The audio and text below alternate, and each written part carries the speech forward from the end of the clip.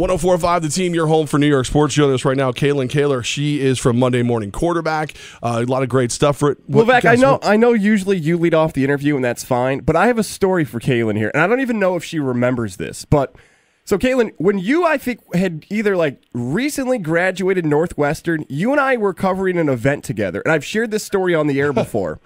Do you remember covering Heisman Trophy ceremony in New York City? Yes. Yeah, I do. Yeah, so you know where this story's going. I'm glad you reacted like that. I would have been feeling really weird if you didn't remember this. So, Levack, if you haven't heard this story, okay, good. If you haven't heard the story, we've shared it on the air before. You and I were sitting next to each other at the media section of the Heisman Trophy. And as Levack knows, we've shared stories about this on the air before. I've made a reputation of trying to sneak into places I'm not supposed to be, whether that be the Super Bowl and I didn't have a credential, whether that be other places. But you and I had teamed up together to get inside of the actual ceremony on ESPN with the friends and families and Heisman Trophy winners. Yeah. And you pulled it off. You pulled off getting the pass. Yeah. I didn't. Why didn't you help me out? I know. Well, if I remember right, I told you what I was going to do. And, this woman who has been manning, you basically had to have, an all-access credential to get into that area. Because I was just trying to get some former players to interview for a different, story I was working on. I needed, some older former Heisman-winning running backs, like Eddie George and Marcus Allen. So I really needed that all-access credential, and I went up to I noticed this woman who I had asked before who had denied me. She had left her station.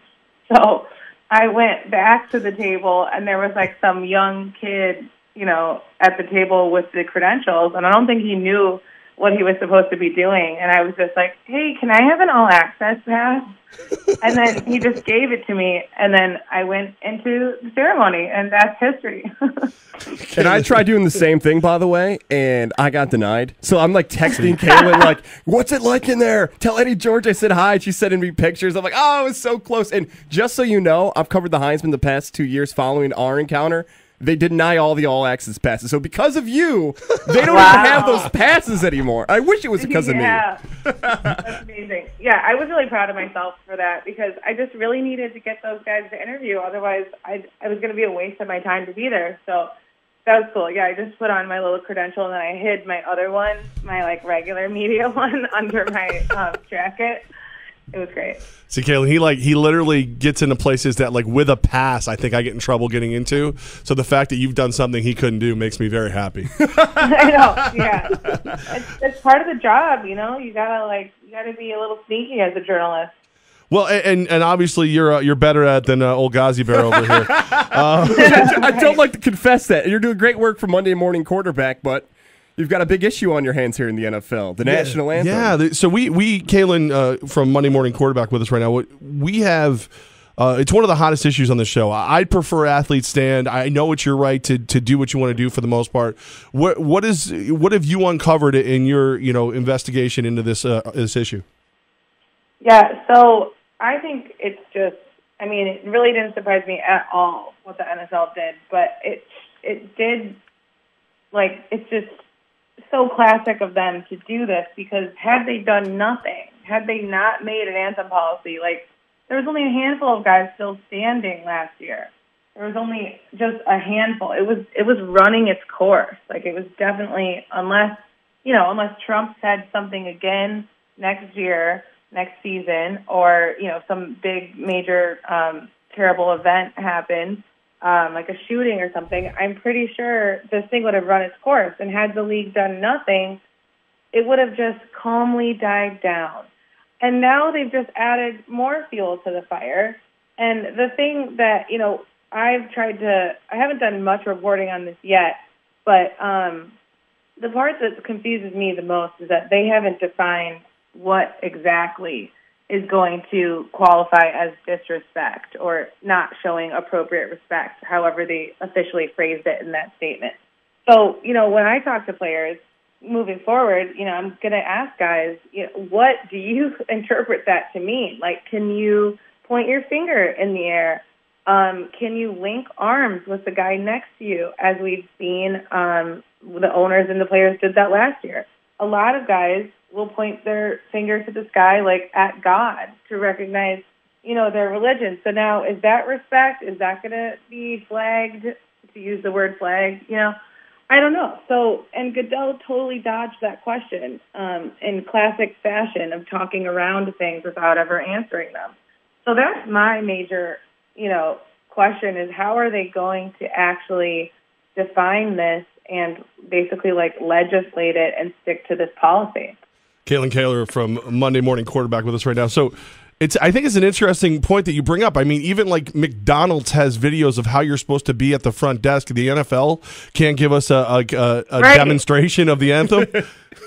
Right. And they just tried to make everyone happy with this policy, but what they really did is just basically ignore the whole issue of why these players are kneeling, which is for social and racial, social injustices and racial inequality. And they just totally ignored that. And they're like, all right, well, if you don't want to stand for the anthem, stay in the locker room. Well, that's not the point. They don't have a problem with the anthem. They want to do something so people can see them. So, they totally just, shot themselves in the foot here, I think. And I don't know what we're going to see this season. I don't know if this is going to, make more players decide to kneel and just take a fine or what. But I would really be interested in something that I want us to do at the MMQB, which is a long shot. I don't know if we're going to be able to do it, but I'd love to get an owner who has come out and said that he's going to pay for the fines, like the Jets owner, Chris Johnson. I'd love to get him, and then an owner who's on the other side of it, and then maybe a player on both sides of the issue, and just have a discussion between those four people, just to view all the points, because that's what the NFL didn't do, right? They had players in their meetings in the fall, but then when it came to making this decision on the actual policy, the NFLPA said they weren't consulted, and players were basically left out of making this decision. So I thought that was a really bad look for them too. I know one of your recent pieces was about the NFL draft going to Nashville in 2019. Here in New York, we like that the draft's in New York City a bunch. Are you okay with the draft moving around to different NFL cities? Yeah, I think it's kind of fun, actually. I was in Chicago for the first draft that left New York, so that was 2015, I think, and it was really cool to, have the draft come to a different city, and, Chicago was pretty excited for it. Decorated the town, the lights, everything. So it was pretty cool to see it come to Chicago. And I think it makes sense from a business standpoint, obviously, for the NFL, because if they can take this, it's like a traveling road show now, kind of like a, traveling circus, if you will. So if they can take it to different markets, they can, drum up more interest. And I think it'll be interesting, for them. I honestly think they should take it to a market where there isn't an NFL team. And I know they probably don't do that because they're not sure what the turnout would be or anything, but I think if they're trying to really have fans feel like they're important, then it would be interesting for them to go to, a state or a city that doesn't have their own team as a way to kind of bring the NFL somewhere that it isn't. Kaylyn Kahler with us right now. You have an article at SI.com where the Me Too movement has made its way to cheerleaders in the NFL, and I, as a Raiders fan, I've been painfully aware of the way the cheerleaders have been treated. Is there any way to keep dancers, cheerleaders in the NFL, or is this going to actually be something where the group has been pushed too far and it has to stop? Especially in this time period where we're trying to focus on treating women equally as men and empowering them. So I really don't think that's the answer, but I do sadly think that we will see maybe a couple instances of that, especially because in the grand scheme of things, it's how much revenue are the cheerleaders bringing in for the team? I'm not sure. It can't be anywhere near what, the players are or different other aspects of the game day experience are bringing in. So, it's a business, so I'm sure they're going to look at it and be like, well, this isn't really worth our expense, all this trouble. So from that standpoint, I do think we'll see a couple teams getting rid of their cheerleading teams. But I think, you just need to change a bunch of stuff about it. Pay them a lot better. Most of them make close to minimum wage. So they need to raise that hourly pay. And they need to de-emphasize the sexual nature of the cheerleaders. Like right now, they're just there for the male fans. Like they serve these like fantasy images, basically, and they wear tiny, tiny clothes. I feel like their outfits get smaller every single year, and they're just there to play to the male fan and to be this like sexy thing on TV. And in reality, they're actually really talented dancers, really talented athletes. They work really hard. They practice really hard. They're in great shape. So I think we should. It's as simple as how the teams market these women, and changing their outfits to resemble more of like a college cheerleading uniform rather than a like exotic dancer. So I think they just need to change the way they represent these women and make them more respected as athletes rather than sexual objects.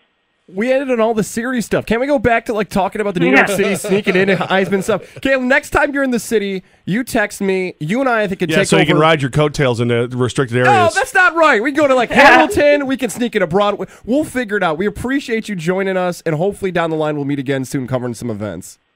Great. Thanks so much. It's been fun.